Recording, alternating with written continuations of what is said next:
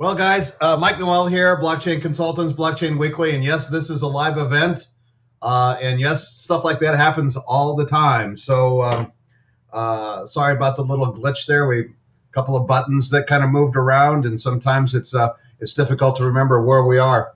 Blockchain Weekly is a weekly event where we get together. We talk about blockchain. We've been doing this for quite some time. Well, not quite some time. In the whole scheme of blockchain, we've been doing it forever and a day, but we've only been doing this for a couple of months. You know, when we started, blockchain was something that was relatively new, and a lot of people didn't really know a lot about.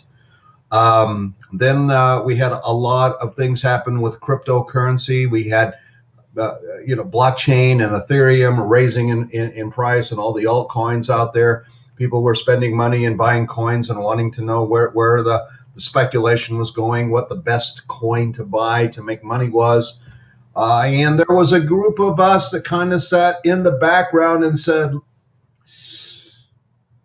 we think that smart contracts, we think that Ethereum, we think that a lot of things that are going to happen are a lot more value than just pure speculation as far as Bitcoin. This is this group. We've come together. We've talked about real estate. We've talked about banking. We've talked about many things here at Blockchain Weekly, and we've talked a little bit about speculation, but not a whole lot. And I think in the grand scheme of things, that's really where it needs to be and where it's eventually going to go. So welcome, you guys. Welcome. We look at Ethereum, we look at smart contracts, we look at real estate, we look at things that are going today with real estate. We've got a couple of guests today. Boundre, we got Mark with Boundre, and we got Dr. Bitcoin with Boundre here. They're going to be coming on in a little bit, talking a little bit about the things that they've done, the path that they've been on, the things that they've seen, and the problem that they solve and how they solve it. Then we'll open it up for questions. Just remember, while you're in the audience there, you can click on another audience member. You can join in. You can talk to them, speak to them a little bit.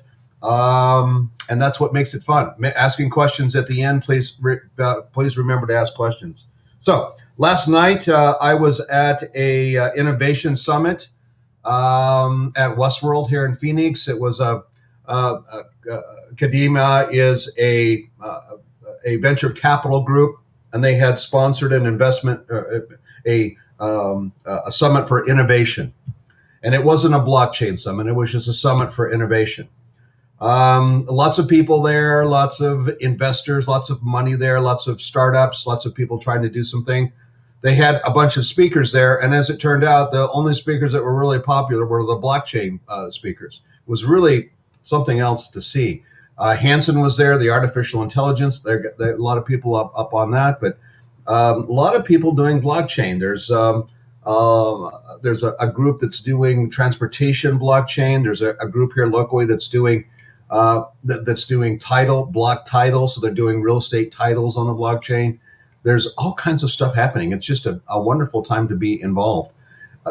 Mining, as you know, mining is an important part of the blockchain. The miners support the blockchain. They support consensus. They support everything that goes underneath of it. I'm a miner myself. 1070s, 580s. I mean, all the gear that you buy for mining continues to be rare as hen's teeth. I've got a group that we're putting together 100 machines, and it's difficult to find equipment and gear. So this thing is just steamrolling and keep on going and keep on going and keep on going. It's good to see, and it's good to see that we've got some innovation. We've got some people out there doing some things, and we want to continue to do this and move along. There's some things that have happened this last week.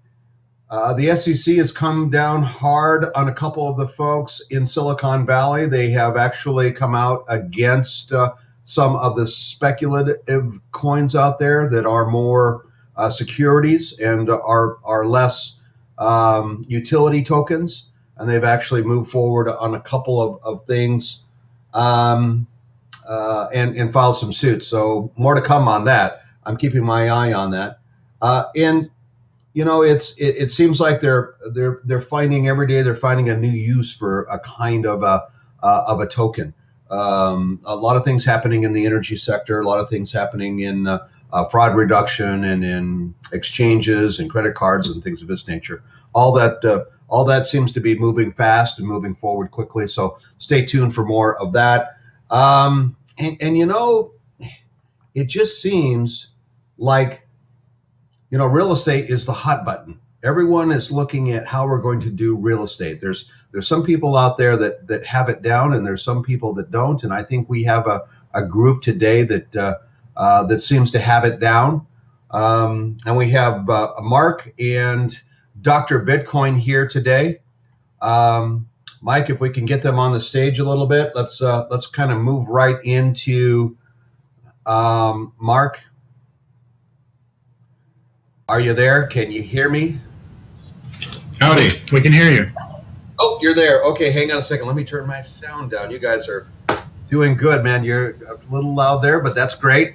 So why don't you guys introduce yourself? Tell us a little bit about Boundre, what you're doing, about the problem that you're solved, and let's start there. Does that sound fair? Sure. So, sure. Yeah. Michael Gilbert, one of the founders. Yep. And Mark Hopkins.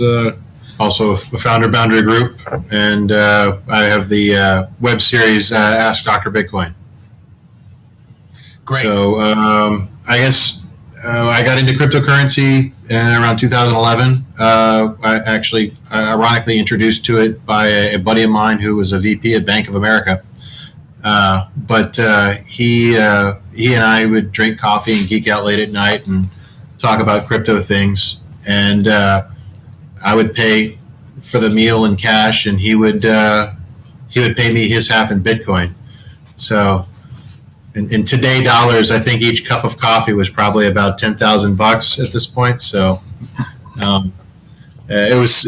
I'm certainly not complaining about any of that. But it led to me kind of obsessively following the space as a journalist, and then later as a consultant and technologist. So, and that's kind of my history in this. I've just been I call myself an enthusiast about the space. Really, I just love playing around and learning more stuff about this every day.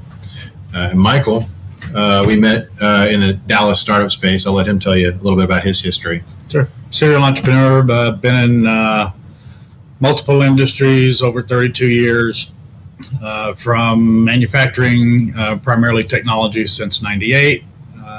Actually ran and founded a few funds with a few of our team members now, and started an incubator accelerator called The Garage here in the Dallas area that was also a startup incubator accelerator private equity fund.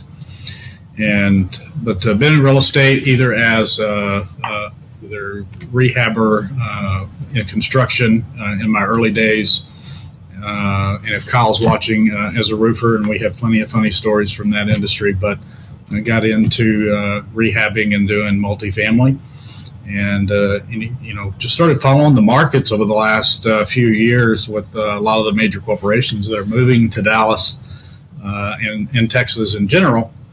11 major corporations have moved here in the last few years. Amazon, we're still on that list.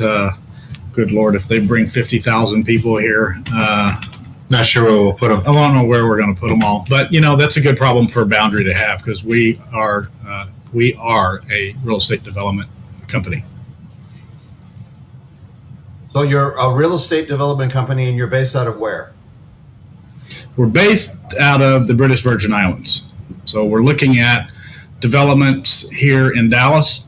We're looking at developments in Memphis and Denver and other areas as well. But those three areas are key for us. And it was exciting to see an article in the Dallas Morning News, not 2 weeks ago, that supported our claims that Dallas, Memphis, and Denver are in the top 10 for growth. Dallas alone still has a need of 266,000 units to support the growth. So we've got some good growth, and kind of bring us into why blockchain and why Boundre. Let's look a little bit about the mechanisms and what you're doing there. Well, I'll start and then I'll let Mark jump in. When we started looking at it, I think I bought my first Bitcoin 3 or 4 years ago. Didn't realize, you put it in a file folder. Well, you hope you still call Mark freaking out going, hey, this thing's taking off. What do I do? I think I bought this. Where do I find this out? And he goes, well, you need this. So luckily, I never throw anything away. However, if you see my home office, you'll understand I never throw anything away, but also file it digitally. When I started looking at this and started understanding, and this was probably early last year, in understanding what blockchain technology really was. So I dove deeper, got involved with a group of guys, and realized very quickly they didn't know what I needed them to know to educate me. And so real estate in and of itself is contractual in nature from start to finish, which is perfect for blockchain technology. Well, specifically, Ethereum, right, with the smart contracts or any other Turing-complete blockchain. So I came to Mark around July, right around July of last year, and I said, here's my concept. What do you think? And, him being, kind of the guru, not just in Dallas, but a thought leader in the space, I said, I need someone like this that can help manage that aspect of it. And it was right at the time when the SEC had kind of issued its guidance around the DAO, or the DAO hack, and had kind of first indicated, that they were thinking about things in terms of it being a security versus a utility token or whatever the case may be. And so constructing a set of legal entities for Boundre that kind of threads the needle between what the U.S. government wants and what the U.S. government will accept and what the technology allows for has been an interesting challenge. It's been an expensive challenge. You brother, and how? Yes, it has. But yeah, so I mean, I guess we can get into it if you want to go down that road, like the mechanics of. Absolutely. Yeah. We actually, where do we find the graphics that we uploaded there, Mike? The slides, because there's a slide that we could talk to that has some of this information on it. Boom. Ask and you shall receive. It actually appears. Thank you, Michael. So there's a slide that's got like a big circular flow chart on it that we're looking for here. That's the one. And then we can talk to that one very quickly, the first one. There we go. That's the one we're talking. When we talk about this one, then we can. Sure. You can go off your other slides. So essentially, we want to be a utility token for a lot of reasons for the longest period of time. So for the majority of the time, because whenever you're the biggest stumbling block to any company that has something resembling a security they want to trade across the blockchain is the issue of bearer shares. And if you're not familiar with this term, I wasn't until I started going down this road with a few of the folks that I work with. A bearer share is, if you've ever watched a movie with time travel in it, and someone goes back in time and buys a bunch of McDonald's stock, and then they give it to their grandson or their future self, and they just show up at Wall Street with a share that says, okay, give me like a $500,000 or whatever it is. That's a bearer share. It's a financial instrument that used to exist commonly, but after 9/11 was quickly done away with for obvious reasons with regard to KYC, AML, terrorist concerns, that sort of thing. So the first major stumbling block is you cannot have something that represents a security that can be publicly traded without basic KYC, AML. You have to have a centralized registry of names and addresses, or at least names that talk about what who owns what piece of security, right? So there's some acronyms there. Can we let the audience know what the acronyms are? Know your customer and know your customer, anti-money laundering. Right. That's the KYC, AML. Very, very. I mean, you run into that in all aspects of cryptocurrency. Whenever you're selling it or buying it, having to show your ID card to Coinbase whenever you're buying stuff. That's what that's about right there. It's just basic KYC AML compliance. But the other bit that's interesting to note, right, is a utility token. There are no such restrictions, right? I mean, a utility token in its essence is a Chuck E. Cheese token, right? That's like the most graspable example of what a utility token is. And I don't have to fill out a form. I don't have to show Chuck E. Cheese my driver's license to get a bunch of a pocket full of tokens. And I mean, I don't imagine there's a huge public market for Chuck E. Cheese tokens, but maybe there is, and there could be. There could be, right? But not typically. Yeah, yeah. So my grandfather there is. So just so you know. Well, now they're on a card. You know that they got like a little Stripe card. It's all like a debit card system. It's not as much fun. But I think the key thing there, maybe not the key thing, but one of the things that needs to be considered is it's only for use inside Chuck E. Cheese. You can't use that token anywhere else. Right. Right. Same And thing so with car wash that had tokens in it. Same type of an idea. Exactly. Right. So what we've constructed, and you can kind of see the flow of money here on this chart that we're kind of talking to, is, you know, an investor will come in with their cash or their crypto. They buy the BGT, the Boundre Group tokens with it. And then at that point, their investment is liquid, right? Just like any other token investment, it's a utility token that can be publicly traded. Whenever we sell a property or make some sort of liquidity event within the fund, our responsibility to our shareholders is to give them the opportunity to participate in the upside, right? To profit from the sale of a building. So yeah. So whether a sale, refinance, finance, dividends, right. So, our way of implementing that on the smart contract is to have a buyback, right? So, let's say you buy the token for $1.06 at that stage of the fund, and we make a 50% ROI from period one to to the buyback event. We're going to put a buyback representing the total amount of profit for that amount, right? So, $1.50 for the tokens. At that moment, you're able to take your utility token, log into the Boundre Group app, and exchange that token by giving it back to us in exchange for ownership.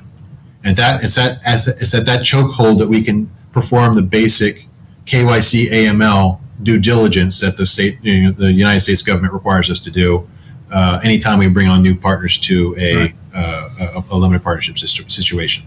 Or they can elect to hold it for longer. Right. For a longer return. Right. So they buy the token. There's no KYC.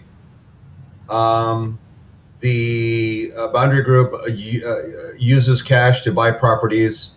The tokens at that point are not exchanged on a crypto, but Boundre Group can buy them back, and it's the buyback is dependent upon how good the fund is. So if your fund does 50%, then you offer a buyback at at $1.50 if you bought them at $1, basically, right? And just point of clarification, I wouldn't say there's no KYC, but there's as much KYC as there typically is on an exchange, which varies from very little to a whole lot, depending on which exchange you're talking about. But yeah. Okay. And the KYC is different when you exchange the token for $1.50 in equity. I mean, there's a different arrangement. Do they have to be a accredited investor at that point, or do you fall under a Reg A or Reg A Plus, or? It really kind of depends on the round, and I kind of leave that up to the lawyers on staff to decide, because it depends on how much the round is and how much we're buying back and how many partners are in the cap table and what the SEC feels like this month, But whatever that is at that moment, we're going to do our level best to be compliant, because we all want to keep our jobs. Right. The whole idea from day one was to be compliant no matter what. And right. So, we don't know what the SEC is going to do tomorrow or even next week. And so whatever that is, that's the job of our SEC attorneys and our international attorneys to guide us through that process and say, today, is different than yesterday. Right. We know you did that yesterday, but we're going to enforce laws that we put in place today before. Never mind. We won't go into that. Right. All that fun stuff. Nonetheless, the key is to remain compliant from start to finish. Right. And so we kind of understand that and kind of explain the top portion of this, where now we have and help me understand. I kind of understand the flow there, but you've got a smart contract in two places on this workflow. Right. So there's the smart contract, which is the contract governing the tokens themselves, and then there's the smart contract for the buyback that we will create and put behind the Boundre Group application. So the only way you can participate in the buyback program is if your transactions are coming from a whitelisted address, which is controlled by the Boundre Group token. That's just the only way we can enforce the KYC aspect that the government requires. Interesting, really innovative model here. You've gone above and beyond in trying to stay within compliance. So we had. Go ahead. No, our goal here isn't just to create a fund. It's also, we've been out talking to other family offices, other funds, is to create a template that we can take to the market and either help family offices, other funds place money, and potentially be a fund of funds, which is a whole nother bird, or go to other real estate developers that we know, and the interesting conversations we've had with them is the same conversation. Everybody that tries to raise capital is it takes a long time, and especially in real estate, you're trying to raise $30 million, $50 million, $100 million. I just spoke to a gentleman this morning. We all know it's 9, 18 months, 2 years, sometimes depending on your connections and how long you like driving and riding on airplanes and talking and pressing the flesh. So, if we could take a template to them, they're all interested, but they all say the same thing: go prove it, come back. So right. So we're eating our own dog food here, and we are. No one wants to be first in line, but everyone wants to be second in line. Exactly. We have no problem with that.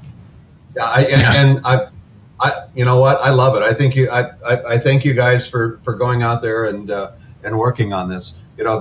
10 years from now, students at MIT will be studying what you guys did, and how it built the industry. So wouldn't that be something? Yeah. Well, either that or we'll all be in jail, one or the other. But it's going to be good. Hey, our company colors may be orange, but I don't look good in orange or stripes. Yeah, I don't look good in stripes either. And it's an interesting thing. We kind of talk about it tongue in cheek, but it's a real thing out there. How do we do the things we need to do with this brand new thing, and stay compliant when it seems that the winds change every once in a while? How do we make sure that things are going to happen? And you guys are really doing a good job of that. My hat's off to you, and thank you so much. I wanted to get to a couple of quick questions we have from the audience. And Ron Rabinski has asked, well, actually, it's more of a statement. He's looking forward to the speaker's perspectives on the sharp rise in proprietary utility token ICOs for blockchain-enabled solutions in healthcare, life sciences, precision medicine worldwide. And I think we've gone a little bit into that, the differences between a speculative coin and a utility token and what it does. And I think we've talked a little bit about how Boundre is definitely a utility token in the things it does and how it works. I wonder if you might, is there something that we could talk to a little bit more on this and maybe expound, not a whole lot, but just a little bit more, because we do have some other questions.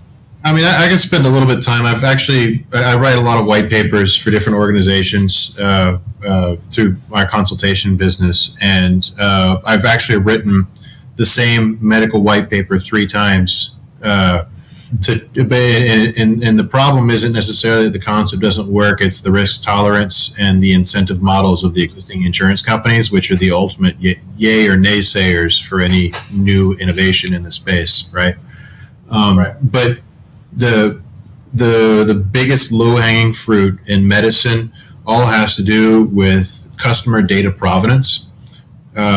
You've got a lot of, I won't say a lot. I say there's one of the lowest hanging fruits on the IT side of the business of medicine is the creating the Rosetta Stone for patient records, right? I mean, there's a whole world of difference between like the standards that happen on the East Coast from the West Coast or the Midwest to the North and the South. Like it's just all, there's no real standards around data in the medical field, as I understand it. And then to complicate everything on top of that, you've got HIPAA laws, right? That govern. You have to have the three wall.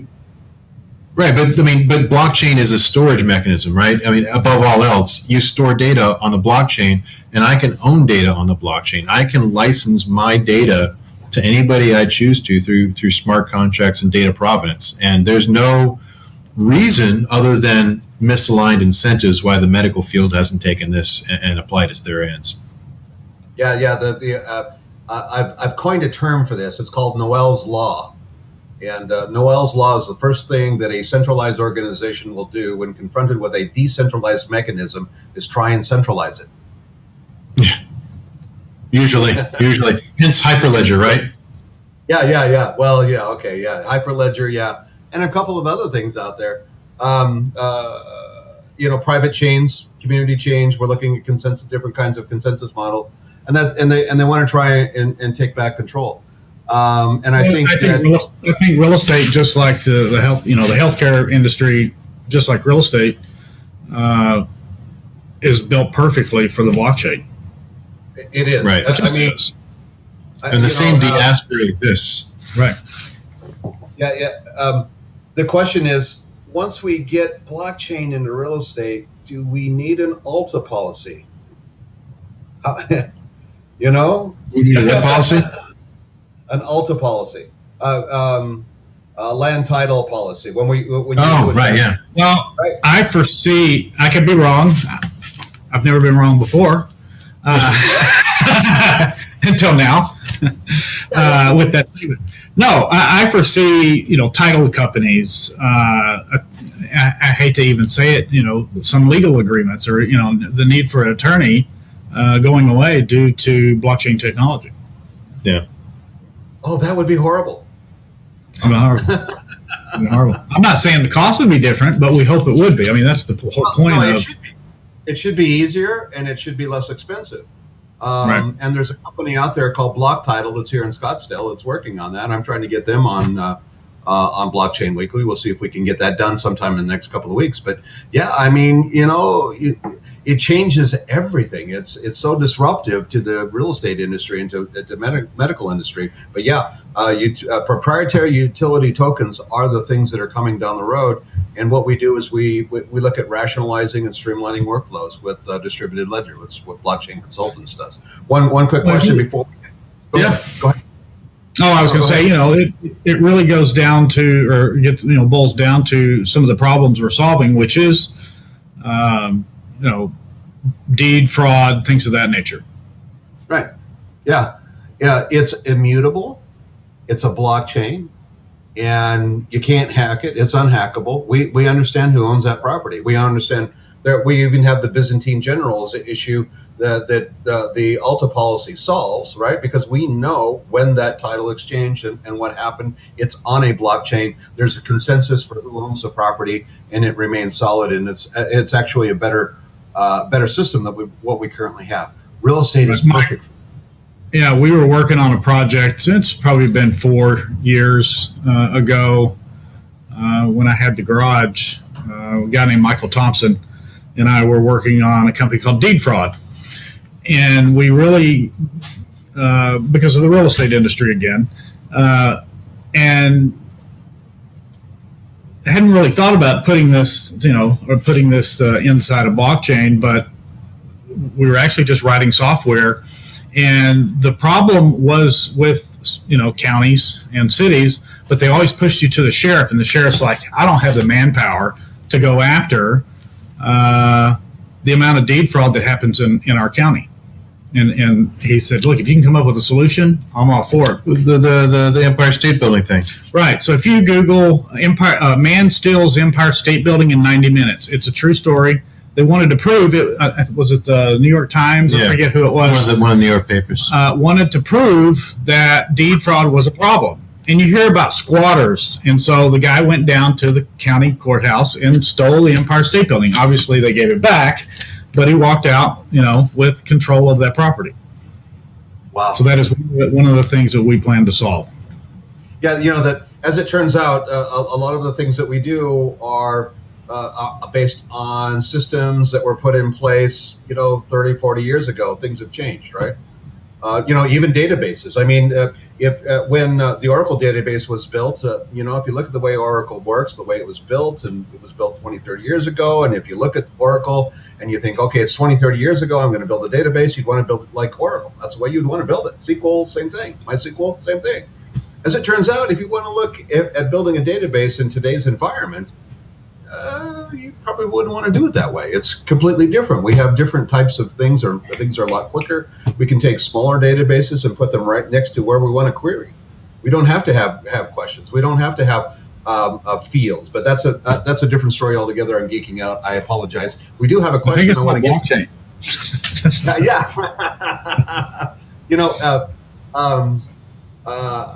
Yeah.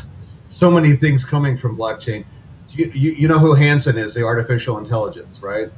The room that we're in we share an office with RoboKind, which the guy who designed Sophia's face is on this floor. Oh, that's awesome! That's awesome. And I have a video of it. I'm going to share it on my social media. But Hansen was at the event that I was at last night. And she was talking, and she said, she was talking about artificial intelligence. And she said, I think you should start working on artificial intelligence and looking at blockchain and how that might work. And I thought about it, and I went, neural network. Wow. Yeah. Just amazing. Well, they just did their own ICO, Hansen Robotics. They raised $36 million in about 60 seconds. It's changing. I mean, we can't keep track of the changes that are happening. Really quick question here. Question in queue. Yes. What are the consequences of utility tokens tied to cryptocurrency, such as Bitcoin or ETH? So what are the consequences of utility tokens tied to cryptocurrency? And I think that what Ron is asking is, when the SEC is doing the rate backs, they're looking at the differences between a speculative coin and a utility token. And is Bitcoin really a utility token? And can the SEC rake back on that? I mean, that's a good question. Right? There's a million definitions that I've heard come out of people claiming to have talked to an SEC lawyer in the last 5 or 6 months that say, okay, no, this is what it means. No, this is what it means. One of the more recent ones that I heard, this was one of Scrammiello's buddies up in Arkansas that was an SEC attorney, said that you can't call it a utility token if the product that it's built for doesn't exist at the time of the ICO. Or if there is no technology piece, if there's no functional technology piece to it, it's just theoretically a utility token, but functionally a security because your primary purpose behind it is fundraising. I think it's kind of a moving target, like porn. You know it when you see it, type thing. But but like the delineation seems to be, from what I've seen, and keep in mind, I'm not a lawyer. I just spend a lot of time in rooms with lawyers, is that if it is primarily done as a fundraising instrument and has no technical application, if you're selling ownership in a thing, they're going to lean towards calling it a security. I mean, if your sole purpose is finding an investor and there's no function to it outside of it being a security, right? So that seems to be where it is. If you've got a technology platform that's coin operated, on the other hand, that fits the definition of what a utility token is, regardless if there's fundraising attached to it or not. Right. I agree with Mark. Also the disclaimer: we're not attorneys. This is not legal or financial advice. I am not an attorney, and I did not even sleep in a quality inn last night. So yeah, that's and they've got the Howey test is what they were looking at one point. Now they're looking at some different things. But you can't even trust the Howey test, because at one point the new lawyerly regime over at SEC says they're throwing out the Howey test, and the president emeritus of the Chicago Mercantile Exchange shortly thereafter said Bitcoin and cryptocurrency represents the first truly new asset class in 200 or 300 years, which means very succinctly that none of this is exactly like anything else we've seen before, and there's not a square peg round hole. Like, you can't just shove it into a box and say this is what it is. I don't think that's a bad thing either. Well, no, I would tend to agree with you. So yeah, it is the wild, wild west out there, and those of us that are working on it are trying our best to keep our hands out of the way of the SEC and make everyone happy along the way. And in the meantime, you've got Arizona has just passed some laws on Bitcoin and taxing and how it's taxed and things of this nature. And assumably, if you buy a cup of coffee with Bitcoin out of your wallet, then it's a taxable event. And how do we keep track of all these kinds of things? And my questions are, if it's a transfer of one Bitcoin to another coin or an altcoin, and they're of equal value, how can that be a taxable event? There's no gain. But it's those are bigger questions for people that are way, way, way above my pay grade. Leave that for the accountant and the tax attorney. So I spoke. There was an event that we held here in Dallas. There's a great Dallas blockchain community, and it's headed up by something called the North Texas Blockchain Alliance. And Michael and I are pretty active in the participation in that.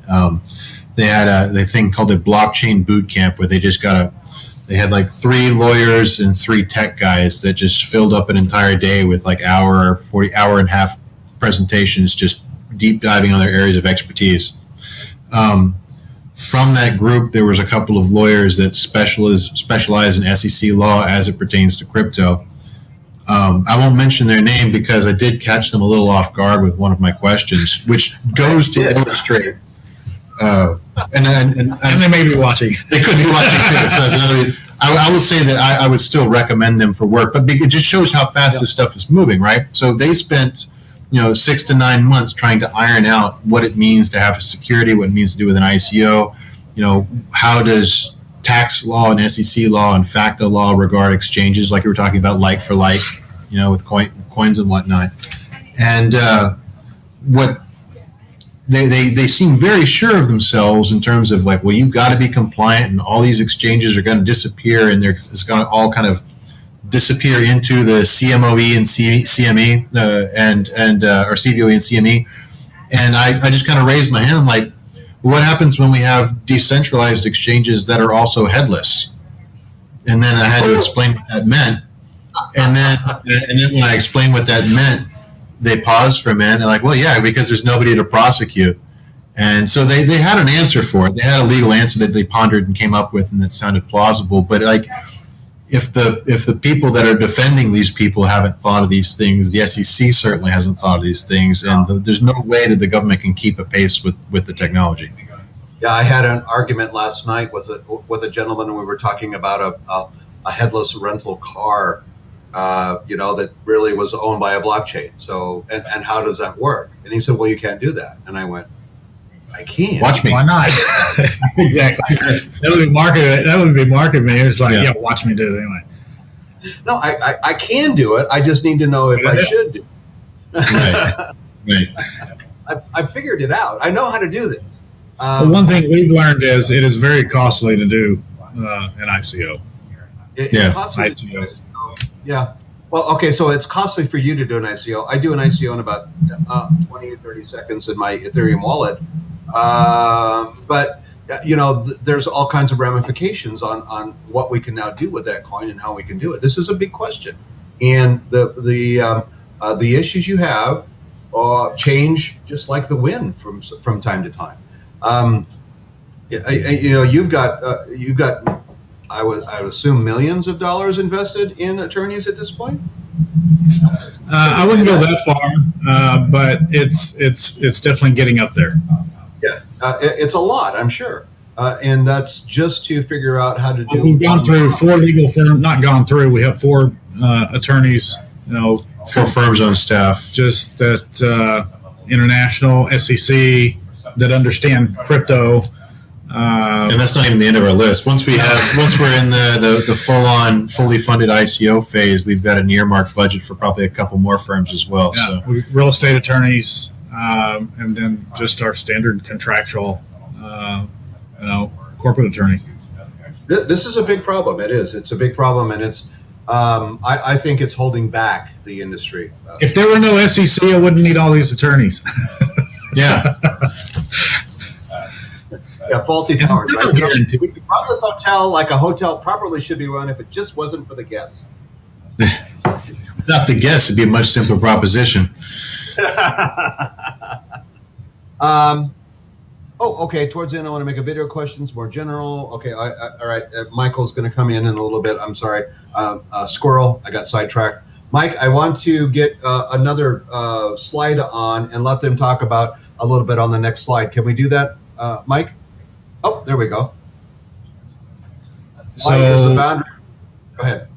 Yeah, basically, why is it idea, and probably what are some of the solutions? One, I'll let Mark discuss the crypto side, but security, risk diversification, which when you look at REITs versus PE funds, right? I'm not saying all REITs, and there's probably 10 different kinds of REITs. Typically, REITs are publicly traded. However, you're liquid, right? I can trade that share. In a PE fund, you're typically locked up there's a lockup period, depending on the term of the fund, 5 years, 10 years, 3 years. With, the Boundre Group token, you're liquid. So it's really, we were talking about that just this morning, and I was talking to someone else about this just last night. We really are a REIT. I don't want to say we are a REIT. I want to say we're similar to a REIT PE fund hybrid, but through a utility token. Right. Because you're participating in potentially the profits or dividends or the sell and refinance or finance of those properties with a buyback period. But you're also liquid in that if you want to trade the token on the exchanges, you can. And which covers our liquidity. Risk diversification, if you look at some funds, it's one property at a time. So they're trying to raise X number of millions for a property. Typically on that, if you ground up, you're locked in for 3, 5, 10 years until there's a liquidity event. Here, you're able to trade the token freely. Now, you may not get an IRR or return on it as great as if you had held it, but you still have that event. Things happen, right? People have health issues. They want to retire, whatever that event may be. If they want to get in and out of that, they certainly can. Yep, I appreciate that. And the one thing the one word I did not hear, and I'm thankful I didn't hear it, is derivative. So, derivatives. Yeah, no, definitely not. Not too big on that. Well, and the thing is that this is, I've seen some tokenization, and I've looked at it, and I went, derivative. Why? Yeah, it's too complex and it's too fraught with risk for what we're trying to do. We're not claiming to be the next unicorn. Certainly, the goal is obviously to make money, But this isn't like a YOLO investment. Oh, Ripple's up, 1,000% this week. Let's throw some money in it. This is we try to think of this as a traditional commercial real estate fund that happens to be tokenized and augmented with blockchain technology. Because that. Go ahead. Go ahead. Oh, I see you as rationalizing investments in cryptocurrencies, and right now we don't have the market is not anything but rational. We have people who are pumping and dumping and pumping and dumping and all kinds of different stuff that's going on here. And there's a group of us that have seen this before and know it and kind of yawn and kind of say, well, this there's some people that are going to get caught in this, and it's really a bad thing. But the point of it is now we have people out there that have benefited from investment. They have a huge capital investment in cryptocurrencies. I know several of my friends that the cryptocurrency holding that they have is their largest asset.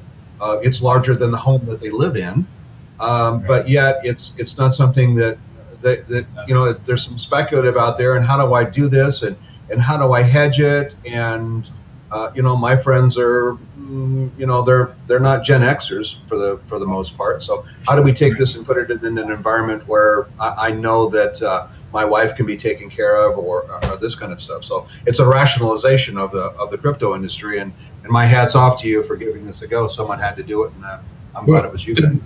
When I've got my Dr. Bitcoin hat on and I get that question, the advice that I always give people is to pick a crypto adjacent investment that has different market fundamentals of what most of your money is in. So most altcoins follow Bitcoin and Ethereum's price, right? For a variety of reasons that you can get into or not. But there's a few that don't, right? There's a few that are counter hedges, and there's a few that follow completely different dynamics altogether. You don't want to have a perfect counter hedge, because that's like betting on red and black at the same time, and a counter hedge just means you're going to be even all the time. But you want something that has it generally up and to the right on the chart, and generally has got different driving fundamentals. And so the easiest low-hanging fruit to pick as an example is to say, Bitcoin and Ethereum is your large cap, but if you want something with different fundamental, go with Monero, go with Dash, go with Zcash, because these are privacy coins and darknet coins. And not to put too fine a point on it, but if you're using Monero to buy heroin, it doesn't matter what the price of Bitcoin is. You're addicted to your heroin, you're addicted to your smack, you're going to go buy, or if you're using it for quasi-legitimate purposes, you can buy antibiotics on the darknet, right? And you're still required to use Monero. And if you need your antibiotics, you're going to do it regardless of the cost of Bitcoin at the time. Yeah, I mean, let's be honest. I mean, they're pointing at Bitcoin when people are using them to buy drugs, and I think they should shut down, all the cryptocurrencies. And my comment is, as soon as they shut down all of the ATMs after 11 o'clock, then yeah, I think you should do that. Yeah, not the biggest problem. Yeah, right. The head of FinCEN 5 years ago was testifying before Congress and saying that Bitcoin is not even a blip on the radar in terms of the most common way to launder funds. The U.S. dollar, this was the money quote, the U.S. dollar is still by far and away the best way to launder money. Right, absolutely. I think I don't know if you know. I don't know if you know Bo Collins. Yeah, I don't know if you know Bo Collins. I was listening to Bo Collins, derivatives Wall Street guy turned crypto hedge fund out of Houston, and in talking to him, he said, if you took the world's currencies and melded them into just 10% of that currency, Bitcoin would be worth $1 million each. And we're not even at 1% yet. So we have a long way to go. Yeah, I think that there's a long way to go. I think it's much more interesting to look at utility tokens, what we can do with them, how we can rationalize workflows, and the value that we can get. I always say it, 10 years from now, right, we'll be able to look at, here's the market cap for all of the cryptocurrencies. It's going to be a big number, right? It's just going to be huge. But there's another thing, and if we could, we won't be able to, but if we could say, all right, what's the market cap and what's the value of all of the smart contracts and all the rationalizations that we've done and all of this business that we have going on and all of these things that are smart contracts that transfer trust on the internet, what's the value there? I think that's going to be massively huge when compared to just the I think another thing that's going to happen is you're going to end up with a ton of new patents. It's going to be massive, as well as a lot of templated processes, open source, that'll say it's going to reduce time to market for startups. It's not even about ICOs. It's about the technology, right? Absolutely. So that's really what we're trying to do. We have the technology. We need to use the technology. We need to advance. We need to be the leader. And if we're not using the best thing out there, then you're holding us back. So please don't. There's a couple of questions. Mike Michalakis wanted to get up and do a video question. Do you want to do that one, Mike, or should I look at David Saxton's question? Yeah. Well, can you get back to me on that? Okay, so David Saxton says, did I hear correctly? The offering is a utility token as a REIT. And how? That is not correct. Yeah, that's not correct. Why don't we explain a little bit about that? We were comparing REITs to what we were doing. Right. So there's aspects of what, so when you tokenize a PE fund or a limited partnership for commercial real estate development, it takes on some of the aspects of a REIT, but it doesn't change the legal classification to REIT. There's so much here. When we look at a Reg A, Reg A Plus, Reg C, Reg D, and you look at the SECs, you have to do this and do that and do the other, and then you look at how you mint a coin and how you do an ICO, there's some things that just don't match. You can't do that. It's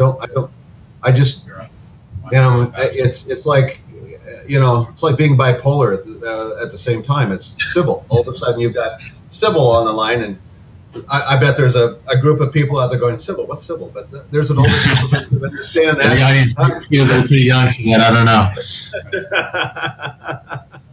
But, I'm anxious to see some of these questions answered. And I really appreciate you guys coming out and doing it. Mike, why don't you come on and do your video question?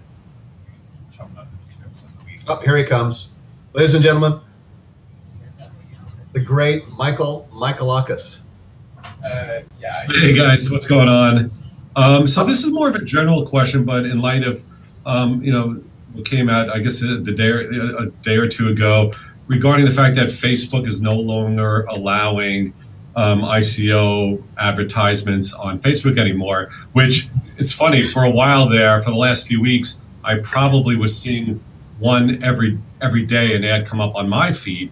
So I was just wondering what your take on that. Does that indicate that there should be a lobbying group now for this sector? Just your thoughts on it.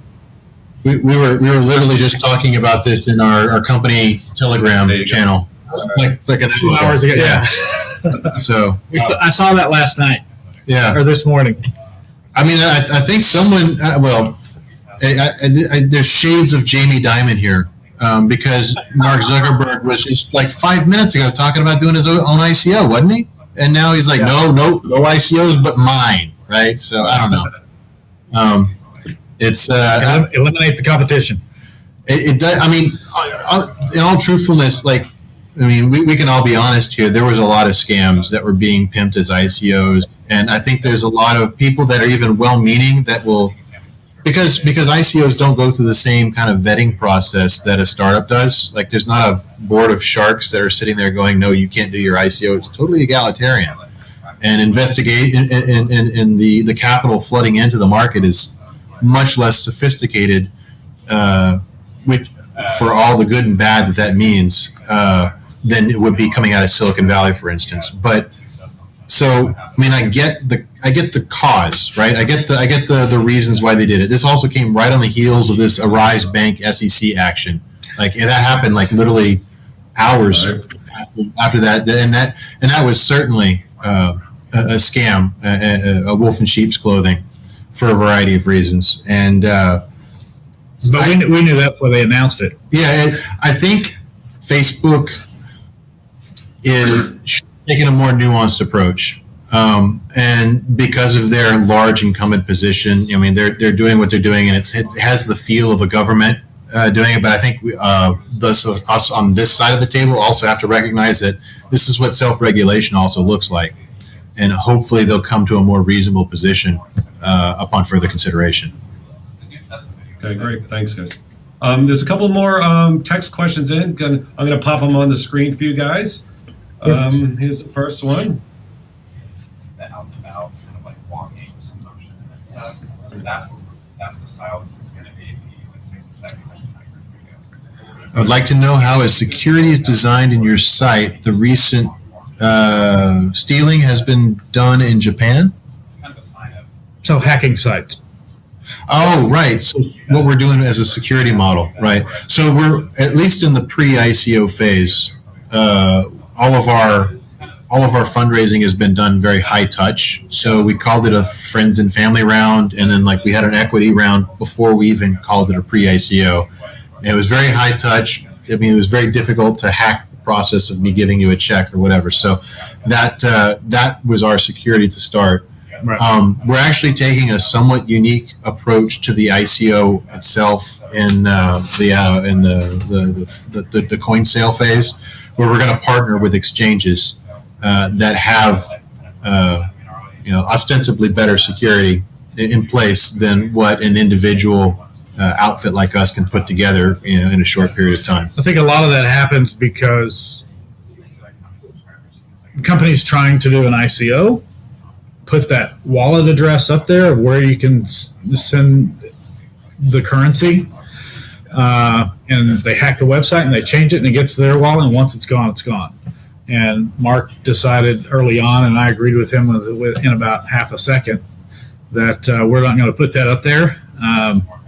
We'll have a form and we'll deal with that direct. So Right. it was literally getting on the phone, emailing people, calling them, and walking them through the process of how to participate early. And part of that's the nature of the commercial real estate business, because you're dealing with, you talk about unsophisticated investors. They're unsophisticated from the other way around because they're not crypto natives like you and I, right? They're people that invest in real estate, and what is this Bitcoin thing, So Crypto native. you have to walk them through the process. Crypto native. I like that. Crypto native. Yeah. Well, that's been one of our challenges even early on. I mean, Dennis Kale sits on our team, and our team, we really went out to solve all the problems. You look at so many of the ICOs, and you go to look at their team. It's like some tech guy in Russia, and the rest of them are developers. It's like there's no finance guys, there's no real estate guys. So on our team, we have the legal team, we have the crypto guys with Rob and Mark and a few others. I'm probably halfway there. We have the real estate guys with Mike Brady, Chandler Huntsman, and myself, Dennis Kale. And then we have guys that came from corporate, right? Traditional capital, traditional finance. And so trying to explain, so I think we solved the team part in that you have real estate, crypto, finance, legal, business startup experience and extremely deep. But we also had to answer that question early on. How do we answer in our marketing, or how do we answer or portray this to the traditional PE investors or angel investors or VC investors, as well as the crypto investor? And so we think we've, the further we've gotten down over the last 7 months, we've gotten fairly concise. We know what we want to do. It's just how do we say it so that it entices both. Mike, is there another question? some decisions that probably wouldn't be good. How do you take care of crediting or lending about money from other parties, like a bank loan for purchasing real estate, etc.? So how do we, where are the mortgage brokers in this? I think there's a lot of value. This is, Yeah, so that's obviously being in the space, we have those relationships. If my banker will quit calling me until after we get started, I'd be happy. Yeah. But, he's like, hey, you got any deals for me to fund? So the thing is, I guess if I understand the question, how are we going to handle that? It's still going to be done traditionally. It's going to be done, in office, offline. However, we would like to be the first real estate company developer end-to-end crypto. end to end, do everything on the blockchain. Now, we're still in talks with some guys that are sending us deals, and like we would be interested in taking payment, but that also includes, can we still do things offline and still do them on the blockchain, like title insurance in Texas? If you're paying cash, it's up to you if you want title insurance. If your mortgage company, if you're going to mortgage it, finance it, your mortgage company is going to want title insurance. Just plain and simple. So it's not, you're not going to be able to say, no, we don't want to do it your way, state of Texas. We're only going to do it on the blockchain. It doesn't quite work that way. It's probably going to be another 5 years minimum before it moves in that direction. Right. We hope to be the first. But it's certainly on the roadmap to demonstrate that capability and as much as possible to perhaps move the needle on what's required. Yeah. I think it's a foregone conclusion that it's going to happen. I would tend to agree. I'm hoping we're at the forefront of that. That would be very good for us. Sooner than later. You are right now. You are right now. Yeah. Mike, do we have one more question, Mike? Do we have one more question? You had a couple? Nope. Okay. All right. Good. So there it is. Another perfectly good hour you've squandered away with Blockchain Weekly. We want to, Mike and Mark, we want to thank you for your forward thinking, your vision, your prowess, the money you've spent with attorneys to move this thing forward. It's whether or not everyone realizes it's a great service that you're doing to everyone and helping to build the crypto community. We at Blockchain Weekly salute you as we try and spur education. We feel that education will help in adoption and help move people forward and get them a little more comfortable with everything that's going on in the crypto community. Is there anything else you guys want to add? If you want to find us, boundregroup.com, BOUNDRE, boundregroup.com, and then Dr. Bitcoin. AskDrBitcoin.com. You can just Google that or type it into whatever your favorite social media platform is. You'll probably find me. Well, I really appreciate the time you've given us. Let's take a little bit of time, talk about Shindig. This is an awesome environment that's provided by Shindig. It's interesting. It's easy to use. Did you guys feel it was easy to use? Yeah, very. Absolutely. Turn it on, it works. Yeah. And it's a different type of an environment. People can join in and have questions together. There will be a replay. Just go to YouTube and type in Blockchain Weekly and see my channel on there. It'll pop up here probably in the next couple of days. But it's all about Shindig. And if you want to host your own Shindig-powered video event, please contact Mike Michalakis, and it's 646-896-1747. And Mike, I know I'm butchering your last name, and I apologize, but Mike is a great guy and really does great things for blockchain and helping us support this. We've got some interesting characters that want to be guests on Blockchain Weekly in the next couple of weeks. So it's going to be one thing that you guys want to keep on coming back. Mike and Mark, I really appreciate everything that you're doing. Please keep it up. Please keep us in the loop on what's happening. And if there's another event, Michael, reach out to me and let's get you back on and let's talk about that. But thanks for being here, guys. Thanks again, guys.